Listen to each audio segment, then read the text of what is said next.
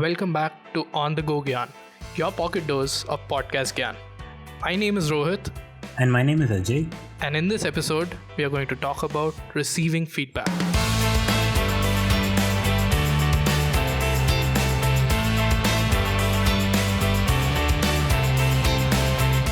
Finally, we got some good feedback from people. Yes. I think it's very, I don't know how to put it. We are doing the episode on feedback and we use the first episode as feedback for ourselves. I think, that's a good way to start and talk about something which is very, very relevant, right? Yep. And trust me, when I heard the first episode, there were so many things that were going around in my head that we can do this, we can do this, we can do this, we can do this. And then we recorded the trailer. I was like, okay, we have done 50%. And now I don't know how this one is going to come out. Yeah, I think we have done a lot of retrospection on our side, so we should be good with this. I really like that the birds and everything want to chirp behind you when you're speaking. Thank you. So, what is feedback? Feedback, I don't think should start with the talking element or anything to do with the voice. The first ever encounter of the word feedback I remember is something to do with an electrical circuit. Do you remember anything back in college? Hi. Okay. You were from electronics. No, I was not a fan of electronics at all, but I still remember this. I remember there was something in electric sciences. I don't remember the subject. I remember feedback from actually. I was reading something. Okay, you first tell, then I'll tell where I have first encountered the word feedback. Fair enough. So I'm saying something like you pass a current into, let's say, some device, and that device will send you back a small portion of the current, like something like a rejection that we call as feedback. This particular electricity is captured and it is used to test if the machine is working fine. Right. I also sort of remember it similarly, but I remember it in the context of a time portal. Because of the feedback, the time portal would not last a long time. Correct. I think the same concept but different applications. Yeah, I think so. So that is about electricity. When we think about vocal feedback, how is it different, do you think? I don't think so. It is different.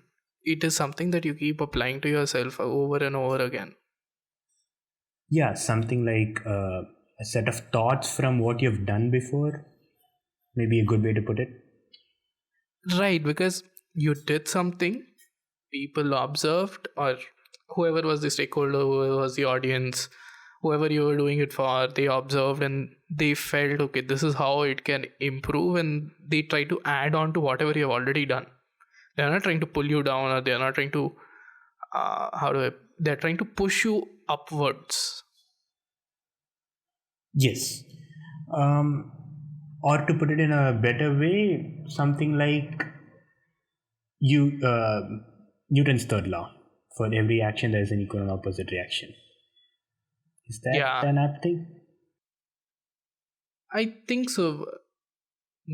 Because for whatever you do, you can keep doing it, but it might not make everyone around you happy. And if you don't take feedback, at the end of the day, you might just keep doing something and you might feel, okay, I'm doing brilliantly, but you might just realize that, okay, what you were trying to do is not serving the need of the hour.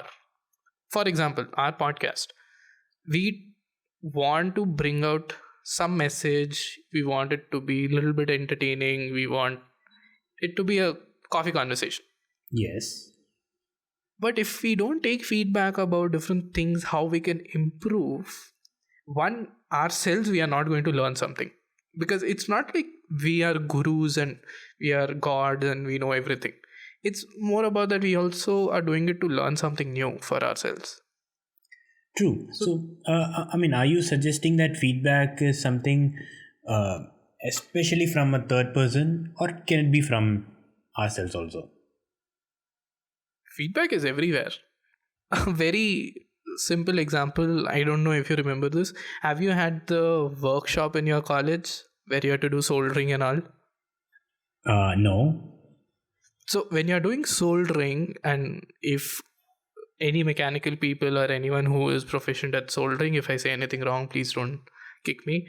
But when you do soldering and you do it wrong, you can see that there is some line, something different, which is not expected at the joint. That is also feedback that you have not done it right.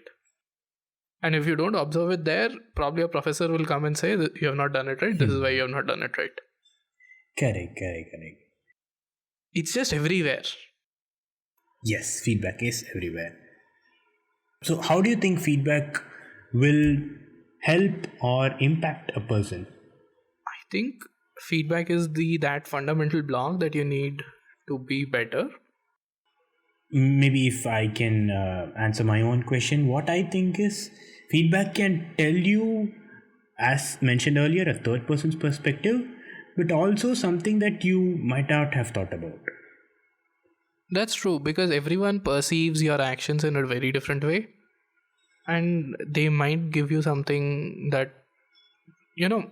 So, feedback very prominently is given in your day to day work, office work, and your speeches that you give or presentations that you give. You might be doing something in the process and it would probably become a rut for you. For example, like what a feedback I've got very prominently and which I'm also trying to implement is vocal variety.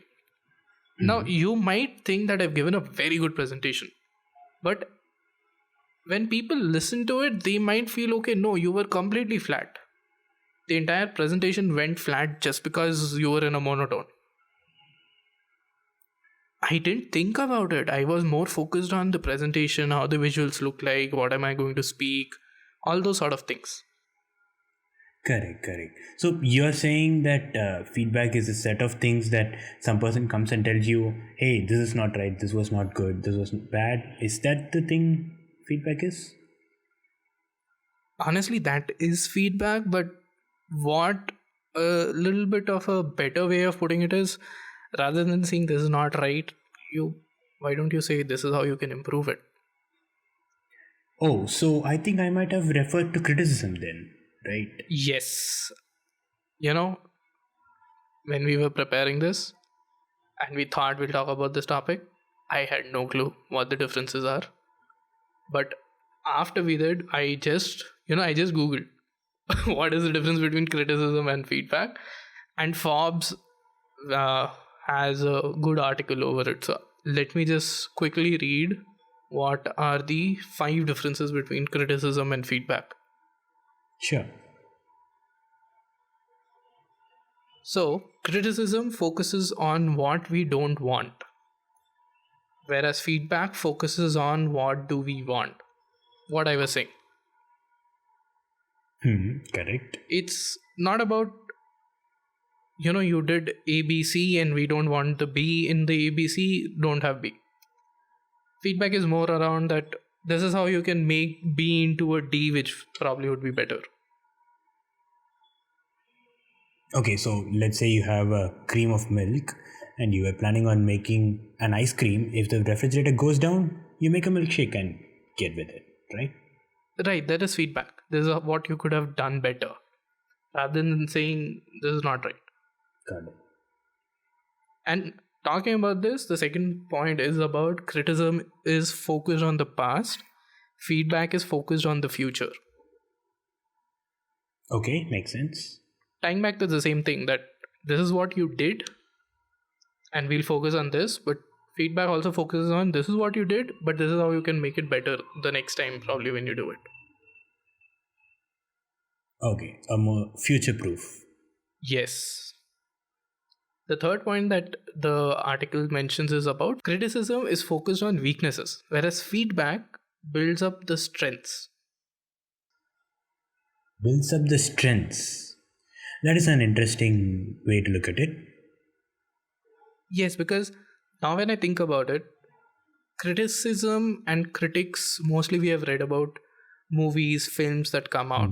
Shows, And yeah. all that they talk about is this was not so good in the movie, this was okay in the movie, this was fine in the movie. But they focus more on, they don't, I'm okay. A review is different from criticism, but a small part of the review is criticism where they're focusing on what was not good.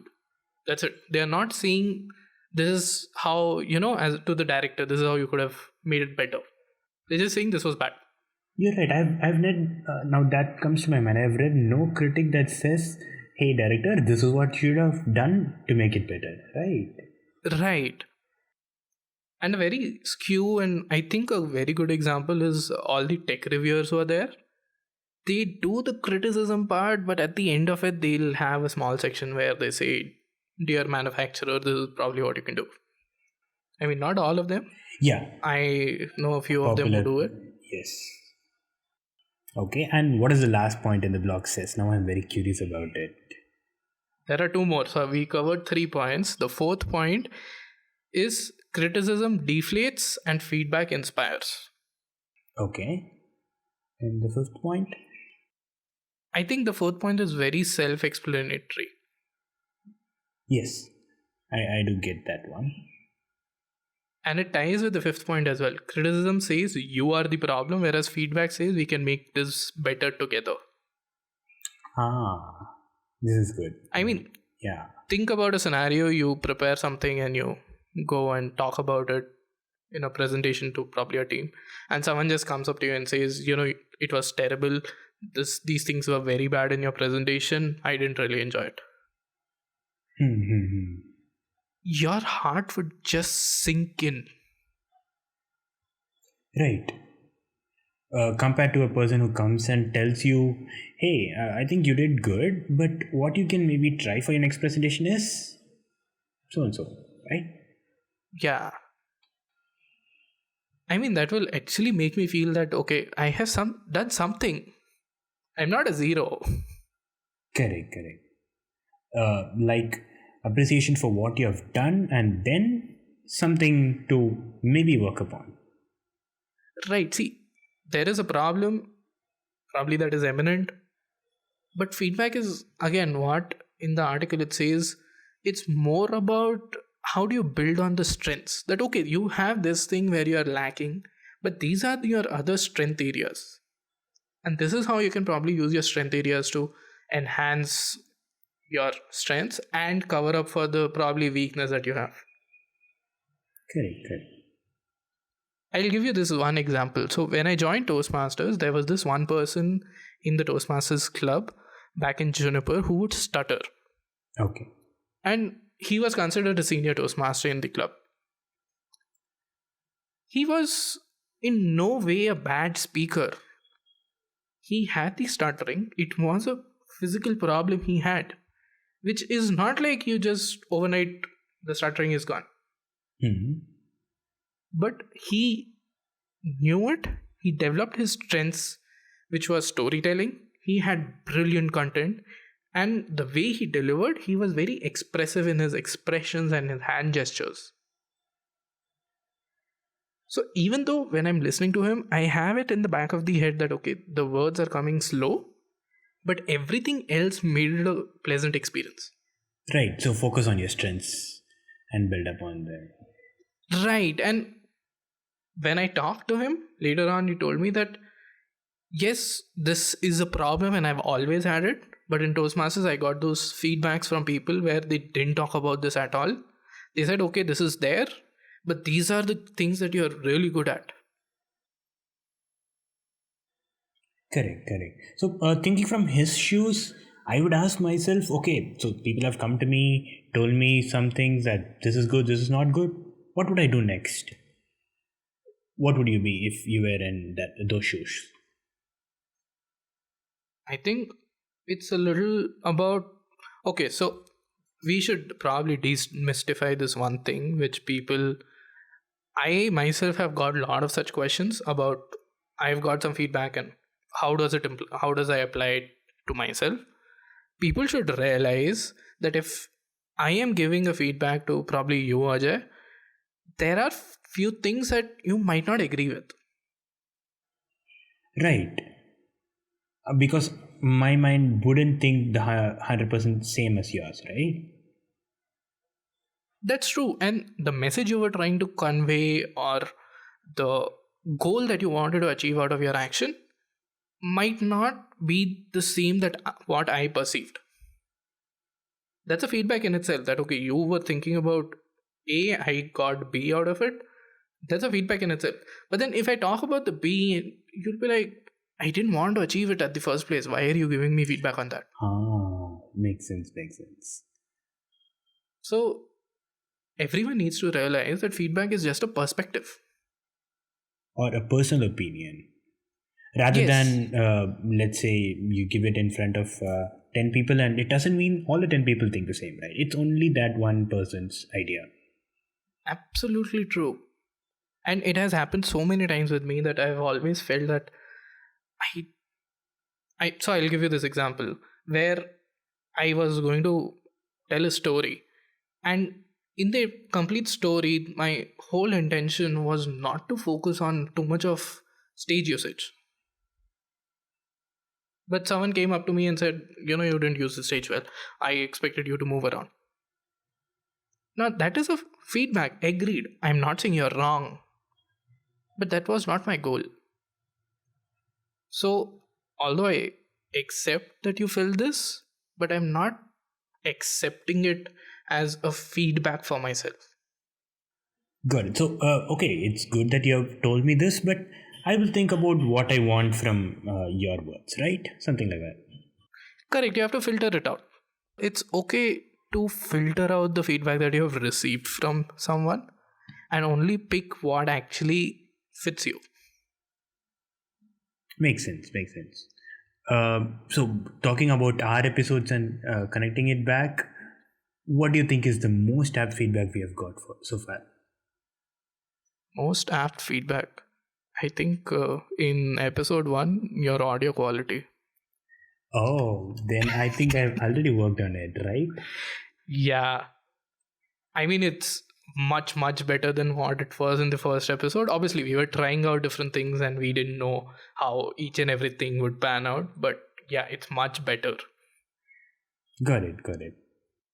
And it's not that that's the only feedback we got. There are few more things which we have just written it down in a note and we'll work on it. If we can't work on everything in one shot. Exactly. Little drops make an ocean. Yes. Okay, so we have been talking about feedback. Like you listen to feedback, you take what you want. What if you don't like any single point in the feedback? That can also happen, right? Have you encountered any such scenario? I have. Actually, there was one time when I I was giving a speech and someone gave me a feedback. It was a complete blackwash. I literally didn't like the feedback and I didn't take anything. Okay, so you are, even ignoring a full feedback doesn't make a big difference. As long as you have a purpose behind what you're doing, it's fine.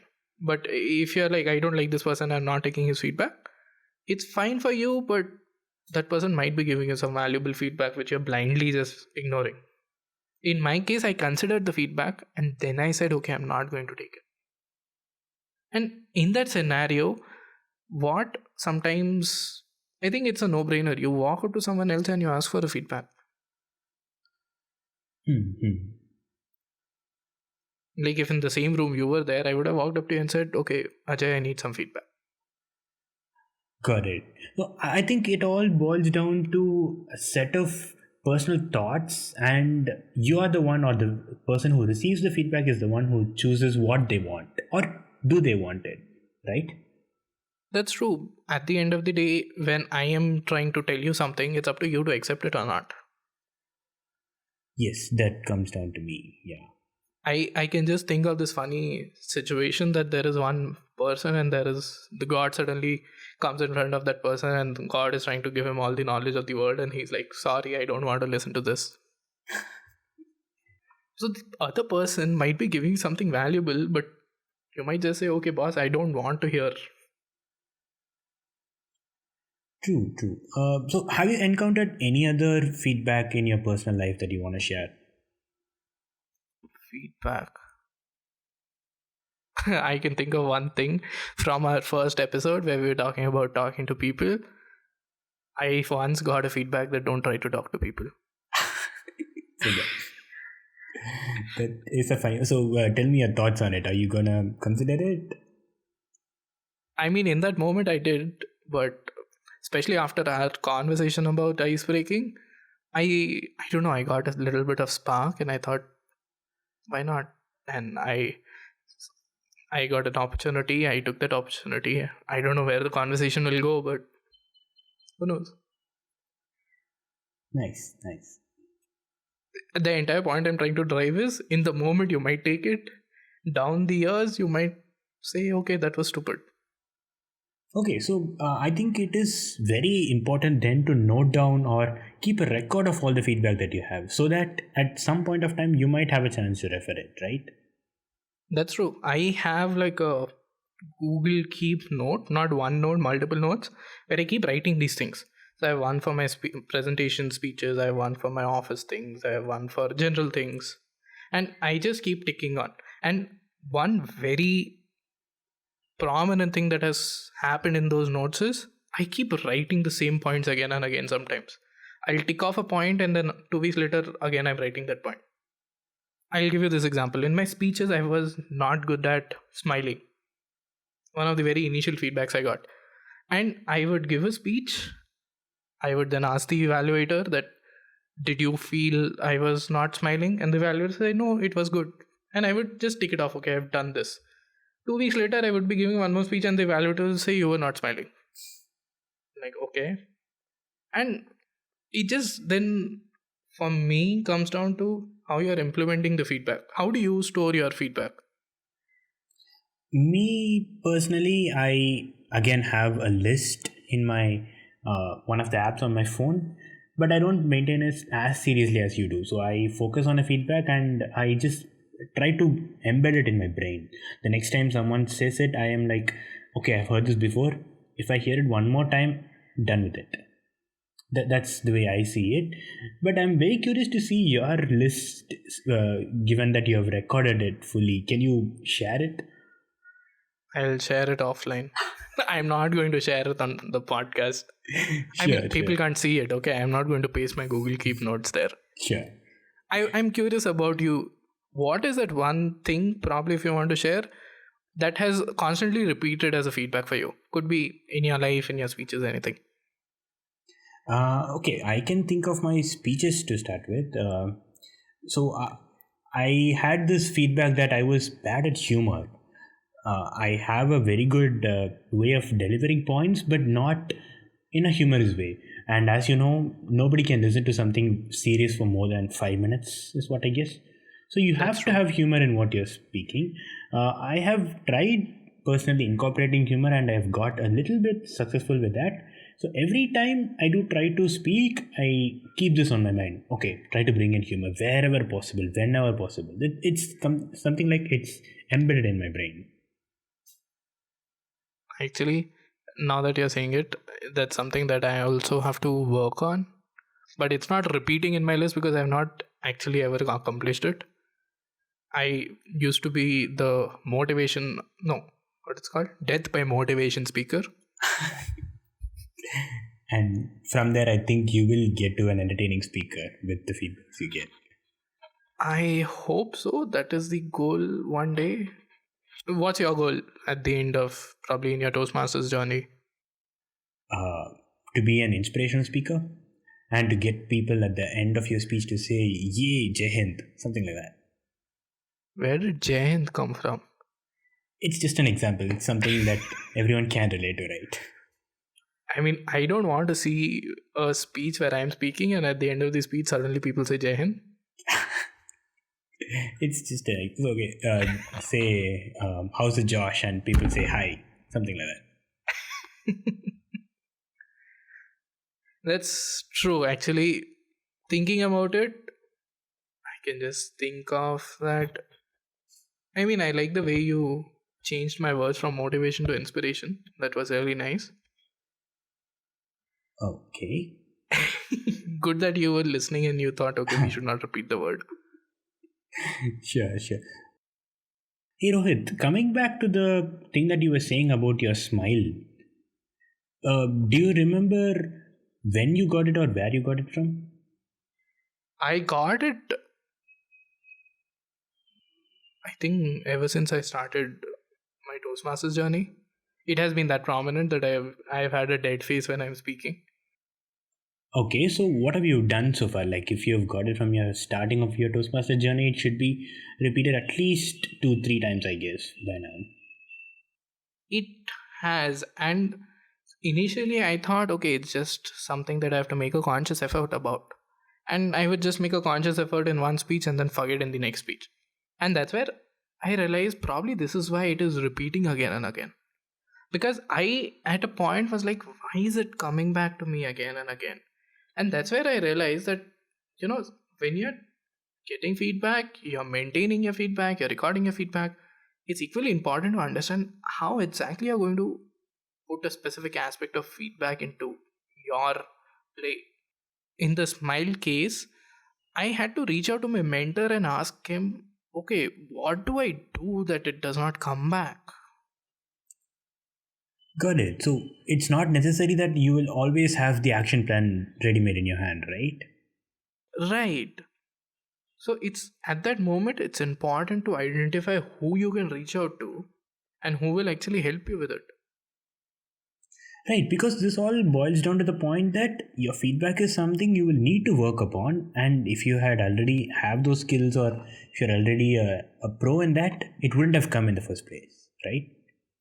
That's so true. And for you and it holds, I think, absolutely in place because when we were back in the office, our conversations would revolve around mostly feedback and not just, I mean, general feedback, like we giving feedback. It was more about what feedback we has received from people and what is our opinion and how should you actually implement it.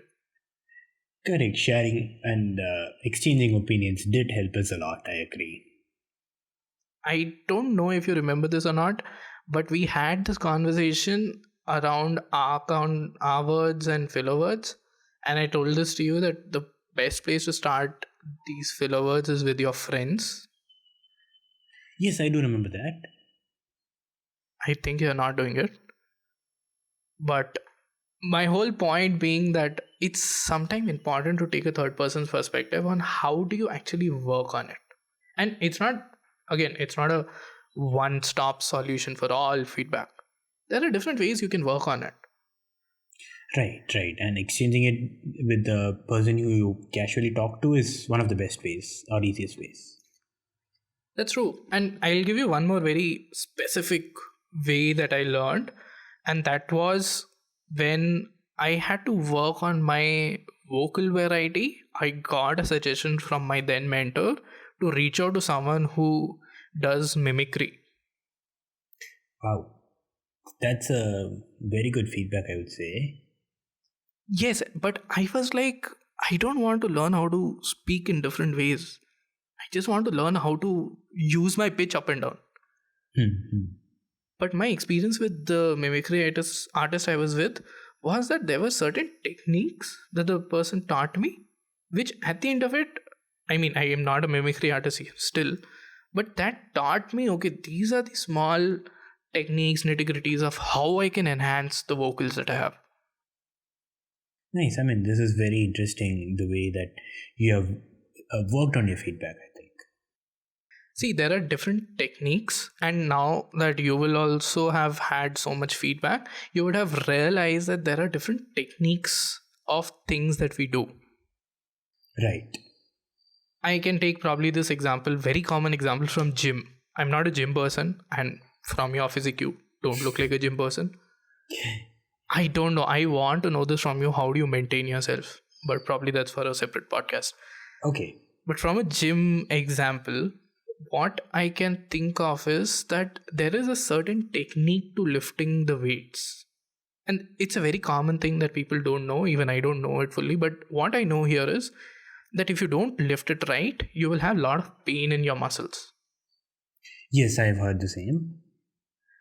And this is like a feedback from your muscles that you're not doing it right. It's not a person walking up to you and telling you you're not doing it right. It's a biological feedback. It's a biological feedback, and then you will talk to some trainer or a friend who knows how to do it, and you'll understand what is the actual technique to do it. Got it. I mean, this is a very good way to look at it. You think about guitar playing. There are certain techniques on how do you press a string so that the sound comes clear. If you don't press it right, the sound will not come clear. And then there are different ways how your hand should move on the guitar fretboard. Right, and I think the feedback we get for that is just comparing our song or a play tune with the actual one. You will know for sure, yeah. That's right. So I think at the crux of all feedback are techniques that we don't know. Right. And the way to get to it. Right, and there are so many techniques in the world that no one can possibly master all. So you have to find that technique that you have to learn from the feedback that you're getting. Right. It's like searching for a drop of ink in an ocean, but given that you have an ink filler.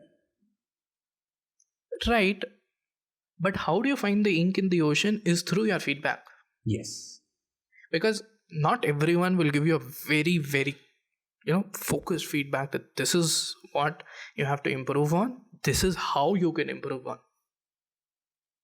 You'll mostly come across things where people are saying, the way you spoke was a little dull, but maybe if you work on your vocal variety, it will get better. But that person is not actually telling you what you can actually do to improve your vocal variety. It's just like try to do this, but I don't know how. Don't ask me. See, from you were dull, you have now come down to, okay, it might be because of your vocal variety. And then probably someone else giving you feedback about vocal variety will bring you a step closer to the actual technique. Yes. And then you'll then come to know what the technique is. Then someone will help you to understand the technique and master the technique. And finally, after these 4 stages is where your original goal was not to be dull, and that is what you're trying to achieve. Got it. So can you just lay down those 4 steps once again, just for a reiteration? I mean, it's not a 4-step thing, but it's more about that feedback will get you closer to that ink that you're trying to find in the ocean. Good. And all these steps are actually people or nature giving you feedback about different things. Yes. Finally, you'll get to that stage where you exactly know what the technique is. All you need is a mentor who will help you master the technique. That's it. And that is how you finish the feedback or an action item on a feedback, right? Right. That's how you complete the circle of the feedback. Got it. Nice. And talking on the same example, just think being dull while you're speaking to learning different stomach techniques that help you enhance your vocals. You can sound dull for a million reasons, but that one specific reason that fits you and the way you are improving it, only feedback can get you to that point. Yes. I think I got it.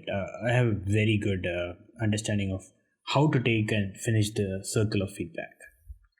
And that circle is very important because that's how we improve. But the most important role player or character in the circle is the person or the thing that is giving you feedback. So now that we have talked so much about receiving feedback, I'm curious to hear from you. How do you think, if I'm giving someone feedback, how should I give feedback? Hold on. I think that will have to wait for now, because today we are only going to talk about how do we receive feedback. So that brings us to the end of this episode. Monologues to the topic of feedback. Your feedback is essential for us to grow. Please leave us a review on your favorite app. Although we are just 2 episodes in, we would love to hear back from you. Get in touch with us on Instagram, Twitter, Facebook, YouTube. And as promised, in the next one, we're going to talk about providing feedback. Until then, stay healthy, stay safe.